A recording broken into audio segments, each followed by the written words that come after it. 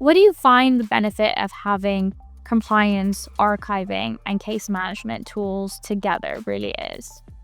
Right. Well, I think it depends on who you are. Right. So there's people who are, let's talk about three categories of individuals. So there's people who are managing these organizations. There's people who are providing those services, and there's people who are doing the actual work. So for the people managing the organizations, it's kind of vendor consolidation. It's one less partner to work with and so forth. So for them, it's very simple. You just less is more. For the IT providers, particularly the solution is a cloud solution. Again, we set it up and we can kind of forget it. So all these areas, we don't have to worry about the archive interacting with surveillance, interacting with e-discovery and case management, because it's all the one thing.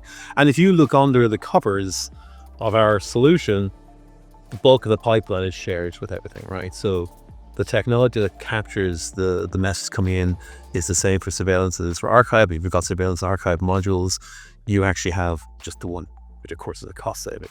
And that helps the guys who have to pay the bill. I think the other one then is the end user who's working with this technology.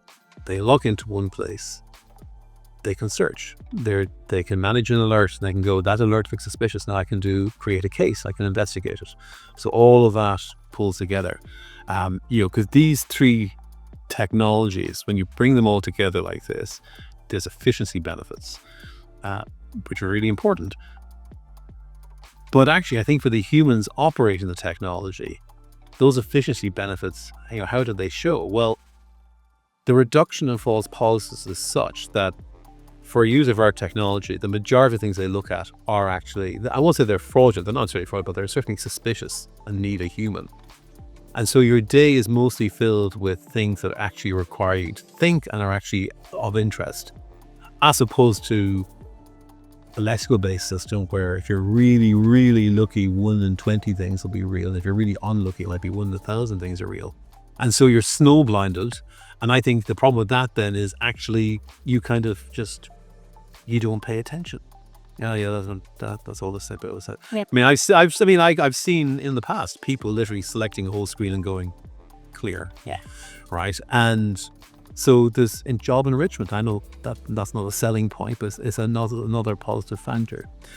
But ultimately, and this kind of goes back to AI, in the world of AI, it's all about decision making, decision augmentation, insight, and getting there quickly and getting new insights. And when you bring these three things together, what you get is the archive stores the story, surveillance sees the story, and case management investigates the story.